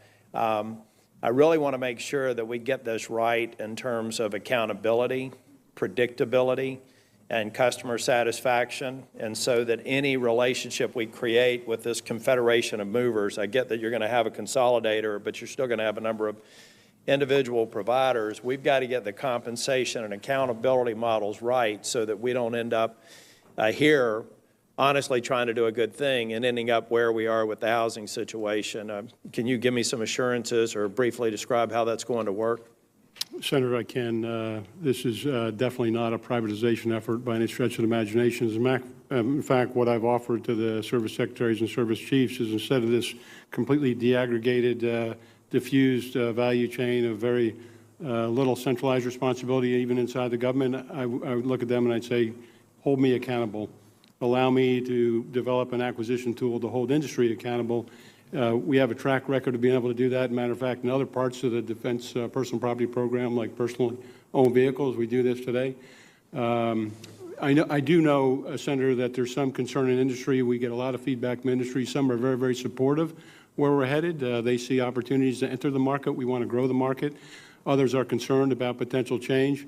What I tell them, and what I've seen in our past acquisitions that have been similar, is that below the level, we still need the same or greater number of movers out there. We just need a level of quality and accountability in the system. And some peaking capability. I think I'd be very interested in maybe having the right people in your organization meet with my staff to describe what that really looks like operationally. You know, in a simplistic way, it would almost be this baseline guarantee of capacity with some peaking capability that's almost Uber-like in terms of having the household know that they're going to get their things moved at the appropriate time, hopefully to a house that is in much better condition than some of the ones that I saw down at Fort Bragg on Friday. Separate issue and not your problem. General Scaparrotti, I appreciate the time you spent in the office yesterday. I appreciate your years, decades of service, and I associate myself with Senator Cotton's comments that we hope if you take your uniform off, we hope that doesn't mean that we won't see you back here serving in some other capacity. I'm going to save a lot of my questions for the classified briefing, but I do want to highlight my concern with the Turkey situation, particularly with the S-400s. I know, and you gave a great briefing on where we're working together on a legitimate homeland security threat that they're dealing with the PKK. So on the one hand, we're trying to partner and continue to build on that relationship. Turkey is a vitally important NATO partner in the most complicated part of the world.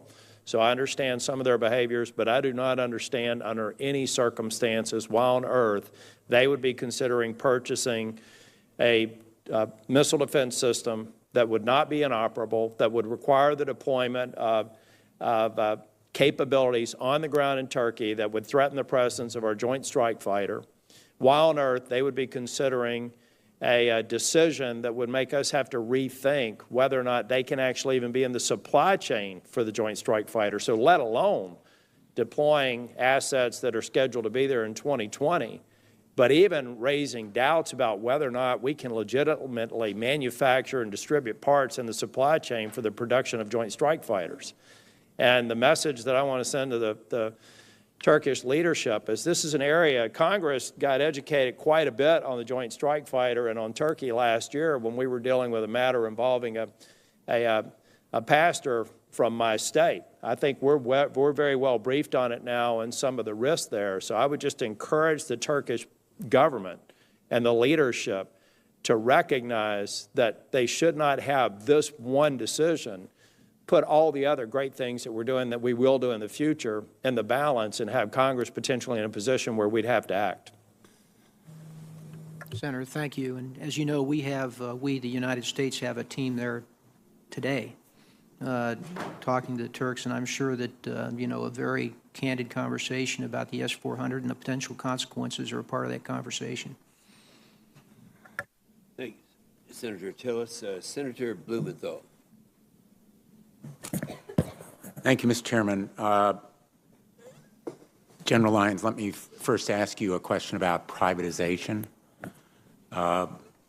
As you are familiar, as you know, Army veteran and military spouse Megan Harless recently wrote an op-ed that criticized Transcom's plan to privatize the military MOVE program.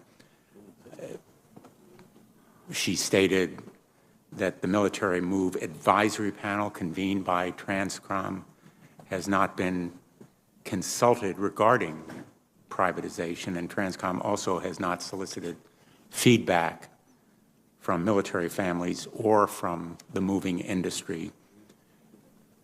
Do military families support privatization? Does industry support it? Senator, there's no initiative whatsoever to privatize the household good industry. This is a 100%, every task inside that value chain is conducted by commercial industry today. What we are proposing, however, is a restructure of how the government approaches this with industry. And I think, to be honest with you, Senator, I've received more letters on this particular issue since in the 6 months I've been commander than any other issue that Transcom deals with. And in fact, I agree with the criticisms of the program, and I think we need to take action to remedy the program as it exists today. We've been studying this since 1996. Will you commit to prioritizing the needs of those military families in any kinds of reforms that you may consider? Sir, there's no question about it. This is all about improving curbside service for military families. That is our North Star. That is the only reason that we're doing this, sir. And will you commit to consulting with the Transcom advisory panel? Yes, sir. We consult regularly with industry. Some very much support where we're headed, and some are very, very concerned. I do know, Senator, that the moving associations, for example, are drafting language to insert in the NDAA that would delay any kind of progress in this area, perhaps to study it for 2 more years. I can just say I really think that would be a gut punch for our military families. General Scaparrotti, talking about the Ukraine, is there evidence of the Russians meddling in the Ukrainian elections that are planned? Well, in terms of their influence, they certainly are supporting the parties where they believe they can have the most influence, and those individuals. There is certainly disinformation as a part of that. They're playing in that in that way. You know, I think, for instance, Russia's seizure of their ships and their 24 sailors, and the fact that they've not been released is likely also another way that they have some leverage and influence on the outcome of that election. Has there been an increase in disinformation or other Russian interference? Well, just generally, it's been targeted at undermining the present government and the president. What is your command or other American resources doing to counter it? Well, both, not only my command, I deal with the military aspects of this, but there's others diplomatically, for instance, in the state that we're working with in this regard. But we do have personnel there that support in military means their defense of disinformation, appropriate information, and cyber defense as well. And in the closed hearing, I can be more specific about, precisely what we're doing. Just to reassure the American people, and that's the purpose of an open hearing, really to inform the American people, can you provide some description of what is being done in the cyber domain by your command to bolster the Ukrainian defenses? Well, I guess I would underscore, first of all, what we do with the other levels, just to make sure that this is a free and fair election. And within the cyber domain, mine is to help them with their defense of their systems. So it's not, it's not selective by any means at all. It's primarily defense, and help them understand how they ensure that they do, in fact, have a free and fair election. Thank you. Thank you, Mr. Chairman. Thank you, Senator Blumenthal. Senator Black. Thank you, Mr. Chairman. And I will tell you, it has been such a pleasure for me to go through this series of hearings with our different commands in your area of responsibility, and hear repeatedly from you all some of the needs and stepping up our game, if you will, dealing with Russia and China, and especially with cyber. And General Scaparrotti, I'm from Tennessee, and I've got some National Guardsmen that are under your command at this point, folks in the Ukraine and Poland. And we appreciate their service, and we appreciate you and the leadership that you have shown throughout your career to our men and women in uniform and to those that are currently under your command. Let me stay with this, looking at our enemies, Russia, China, the cyber component, and we'll come back to that this afternoon in the briefing. But what I'd like to know, General, as you look at Europe and as we talk about the rollout of 5G, and you're looking at that European Deterrence Initiative, do you have what you need? Where do we need to be planning forward on that, and how are you approaching the integration and the utilization for really what some of our troops at Fort Campbell, when I talk to some of our special ops guys, 5th Division, 160th, this is very important to them, 5G and the utilization of that, knowing that's going to help fuel artificial intelligence, et cetera. Knowing they're going to use that with some of the ISR capabilities. So if you'll just touch on that briefly, and then we'll explore it a little more this afternoon. Well, first of all, I'll just start with 5G part of this, is that this is a considerably different capability than what we have today. It's not just a modernization or an upgrade. It's a whole new world. It's like going from analog to digital. That's right. It's a different world. And what we have to know is that we have a secure 5G capability. That's one of the reasons that when you now go to our allies, that we've said they need to be very careful about Chinese investment. Yeah, no Huawei and no ZTE. In their telecommunications capabilities. Right.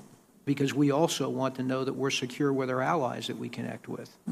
And there may be an outcome where we can't connect with our allies unless they change the composition of their system. So we're trying to get ahead of that. So is this an open discussion that you are having? It is. Okay. It's an open discussion. I would say to you that, just as an idea, or give you an idea how this has come along. 2 years ago, this wouldn't have been a topic. A year ago, it was starting to come in. And now, It's front and center. Now it's front and center, and Yeah. we're beginning to have the right conversations Good. as a security issue. That's great. General Lyons, Transcom's had some problems with some breaches. And I think it was a couple of years ago, Chinese hackers got into the network like 20 times. What you do, and with logistics, and we've talked about different points. I think Chairman Wicker brought up Road to Spain. And as you look at the integration and all that comes under you, give me an update on the security of your systems, and then how are you dealing with contractors that are a part of your system? Yes, ma'am. As you indicated, this is an area of concern, and it's a high priority for the command. I tell folks this is a warfighting domain, so there's no one thing that's going to solve this. And so we've got multiple things going on, everything from just operator discipline through cyber hygiene, through defense, through infrastructure, and a high level of collaboration with Cyber Command to create conditions, potentially cost imposition, to allow us to operate. As for our industry partners, we're also up in our game there through our contractual language and their compliance with NIST standards, basically their assessments and collaboration and information sharing. But that is a much more complex area outside of the DODN, where the level of protection is lower, and that does become a vulnerability in the enterprise. We'll talk a little more about that in this afternoon's hearing. Mr. Chairman, I yield back. Thank you, Mr. Chair, and thanks to the witnesses for your service and your testimony. A House bill to overturn President Trump's emergency declaration is pending before this committee and will likely be voted on in the floor of the Senate within the next 10 days or so. There's at least two issues that senators are grappling with about the bill. One, the question of whether there is an emergency. General O'Shaughnessy of Northcom testified before us last week and said in a very straightforward way, there is no military emergency at the border. But a second issue we're grappling with is, where will the money come from? The President has proposed to use $6 billion from the Pentagon to direct toward this non-military emergency, $3.5 billion of MILCON funding and $2.5 billion of drug interdiction monies within the DOD budget.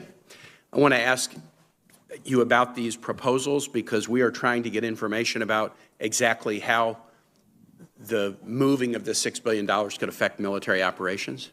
Have either of you in your commands been asked to provide lists of MILCON projects that should be either delayed or reduced or eliminated with respect to this particular $3.5 billion proposal? General Scaparrotti. Yes, not with respect to this proposal, no, sir.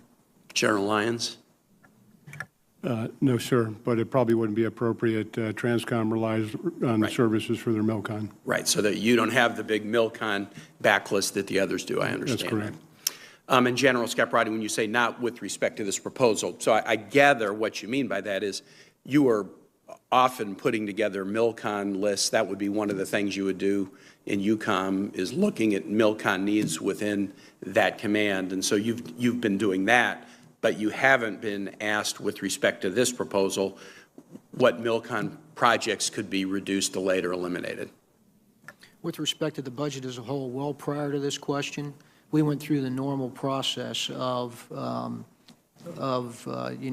discussion within DOD as to what the priorities were across the department with respect to my MILCON. Right. And so we had to prioritize. We did delay some, but that was well before this conversation. Do you know if and when a decision is made about where the $3.5 billion of MILCON projects which will be affected? Do you know whether you'll be in that decision loop or whether it will be made by others? I expect I'll be in the decision loop. I mean, within the department, you know, we have a close relationship with them. We generally would have this. No one's discussed it with me, and I'm confident they would when and if that should. And that they would probably be the service secretaries in the SecDef? It would be the service secretary or the SecDef, probably the SecDef as well. I mean, I actually talked to the SecDef personally about the potential delay, et cetera, that I just told you about as we were going through the budget. Let me ask a second half of the question. The other funding that is suggested could be used as a $2.5 billion drug interdiction account at the Pentagon. Reporting suggests that there's not $2.5 billion in that account. There's about $750 million, of which only $85 million is available for use right now. And there is a suggestion that what the Pentagon would do would be to take monies out of other accounts to fill up the drug interdiction account to $2.5 billion prior to using it for the emergency proposal that the President has suggested. Have either of you been involved in any discussions about funds within your bailiwick that might be used to pull into the drug interdiction account? No, Senator, I haven't. General Lyons? No, sir. General Scaparrotti, let me ask you about this. 70th anniversary of NATO is in April, really important one. NATO has a headquarters both in Brussels and also in Virginia in the Hampton Roads area.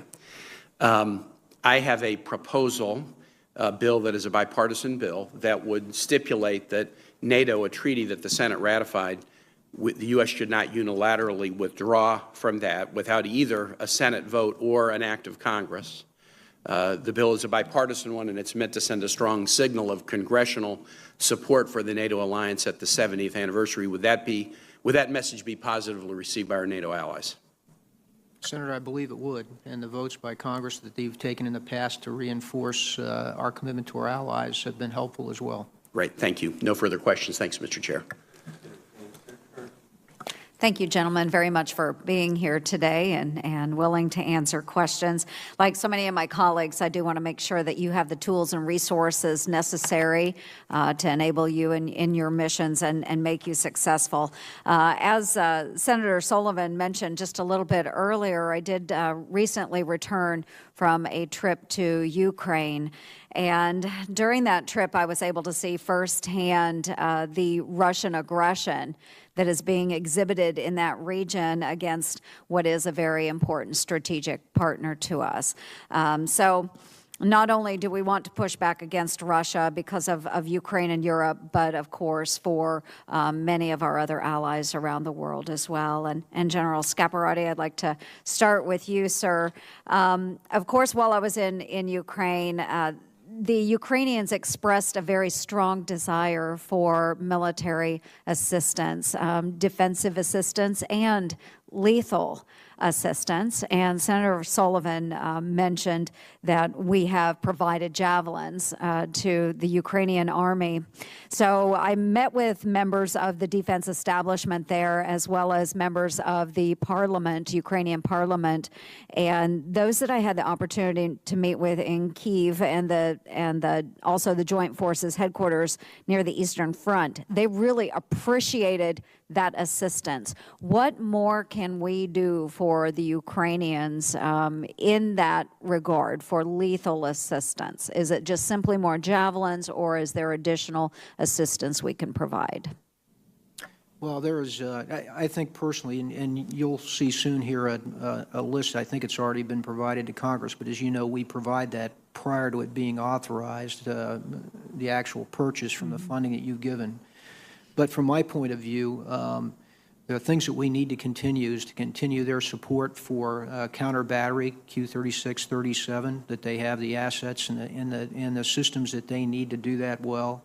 They've asked us for help in communication at an operational level, and they do have a distinct need for that, because while we focus on the line of contact, their chief of defense is also focused on other areas of the country that are a threat, that Russia could present a threat as well. So he's trying to establish a good communication system for his entire force, as well as just the front. They've asked us specifically for some systems to help with sniper proficiency, the right kind of ammo and weapons, grenade launchers, And then finally, the area that I would say is that we need to study how we help their maritime component, their Navy, which, as you know, was not large to begin with, given the portion of the fleet that Russia took when it annexed Crimea. Right. And they just lost a couple of ships as well in the Kerch Strait. So I think there's some areas there that we can help them get this Navy back up and begin to supply it with what they believe they need to defend themselves and deter Russia's aggressive actions. I appreciate that very much, sir, and thank you for bringing up the Kerch Strait incident, because they are still holding those 24 sailors, as you referenced earlier, and using those sailors as leverage with the elections coming up. So I do appreciate that you think we need to do more on the maritime front, not only in assisting them with their Navy, but is it possible that we as an American force need to have more of our naval forces in the Black Sea region? Both the United States and NATO has stepped up its presence in the Black Sea. As you know, we just had the Donald Cook just departed yesterday or the day before, and it's the second time that we've had a destroyer in the Black Sea here in the past 2 months. So we believe there is a need for that. We've stepped up, and our allies have as well. NATO has a fleet right now in the Black Sea. Do you think it's sending a clear message to President Vladimir Putin? I think it is. I mean, they frankly don't like us in the Black Sea, and it's international waters, and we should sail and fly there.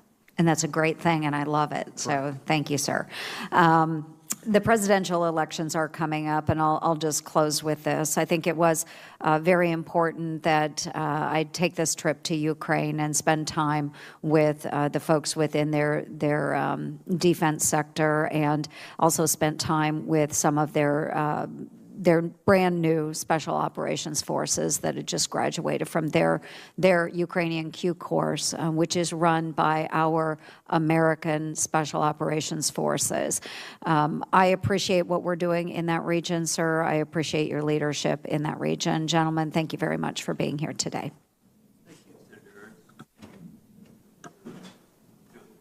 Thank you, Mr. Chairman. Thank you both for being here today and for your service. General Scaparrotti, I appreciate your coming by the office the other day. I enjoyed that very much. I also appreciated your candid answers concerning climate change. I think we sometimes get caught up in the political discussions about climate and don't really focus on the real-world consequences that are affecting us today. Earlier today, you spoke with Senator Cotton about China's investments in your AOR. And if you can, I'd like to have you discuss what, if any, actions UCOM may be taking to counter China's activities in Europe today. Well, most of all, in terms of UCOM, it's discussions with our counterparts and leaders about the concerns of China's, what I would say is strategic investments. Most of this is diplomatic at this point. But we do try to ensure that we can point out to them not only the economic benefits which China demonstrates and make sure they're aware of, but also the security aspects of their control of seaports, airports, critical key terrain, investment in infrastructure, particularly with technology that's critical to security. So we try to emphasize the security aspects of their investments. Has the administration's tactics with regard to the tariffs and European tariffs, have you seen any effect on that with any of our allies, the economic impact? Well, there's certainly a point of discussion among the allies and one of concern, because our country and Europe has a very significant, trade and economic linkage there. But in terms of the direct impact for me and mill to mill, no. The mill to mill relationships are strong. That essentially is dealt with in a diplomatic side. Awesome. Thank you, sir. General Lyons, I kind of go back to a conversation you had with Senator King on cybersecurity. If you can, in this hearing as opposed to this closed hearing, could you please maybe describe the impact on operations of a nation-state cyber attack on Transcom's networks and how this could impact your discussions and your ability and interaction with COCOMs? Senator, anything that would degrade our ability to project power is a concern. Cyber as a warfighting domain does create an area of vulnerability across of what's largely an unclassified surface of employment. And so we're working very, very hard to prioritize and to ensure that we have the appropriate level of resiliency and to move to an infrastructure that's more secure. And we're moving very, very rapidly in that area. Right. Well, just staying with you, General Lyons, you mentioned earlier that there was a plan to improve the household goods shipment process using a single contractor to manage transportation service providers. How will that change improve the process? What will it cost, and will it increase accountability? Senator, it will definitely increase accountability, and I believe it will also increase capacity, and those are the two major issues. Those are the two major complaints. And the way that it enhances capacity is it's a longer-term investment with our industry partners, and so they're willing to invest in capacity over time, as well as reducing barriers to entry into the market that we unfortunately create for ourselves. There's no question it'll improve accountability. Today, there are 950 various transportation service providers that compete for work on a transactional basis. Very, very difficult across the services and Transcom to maintain accountability of all that. But the business folks know the business, and that's the right relationship to have with a single move manager. All right. Well, great. Thank you. Thank you both for being here. Mr. Chairman, I'll yield back the remainder of my time. Thank you. Thank you, Senator Jones. Well, it looks like we've run out of members here, so we'll call this a close. Several people have, during the course of this hearing, General Scaparrotti, have speculated this may be your last time that you attend this hearing. And I notice that it's also your birthday today. Is this a birthday present to you? Yes, sir. It's Congress's birthday present, I assume, and yes. I enjoyed it. Well, we thank you so much for all of this service, both of you, but particularly you, because you've appeared so many times, and as has been pointed out by Senator Reid, you've held the fourth star longer than anybody else in existence here, and so you've served your country in a way that many others have not. Thank you so much for that service. Anything else? No, Mr. Chairman, just let me join in thanking both General Scaparrotti and General Lyons, particularly General Scaparrotti. Thank you. We're adjourned. Thank you. Jim.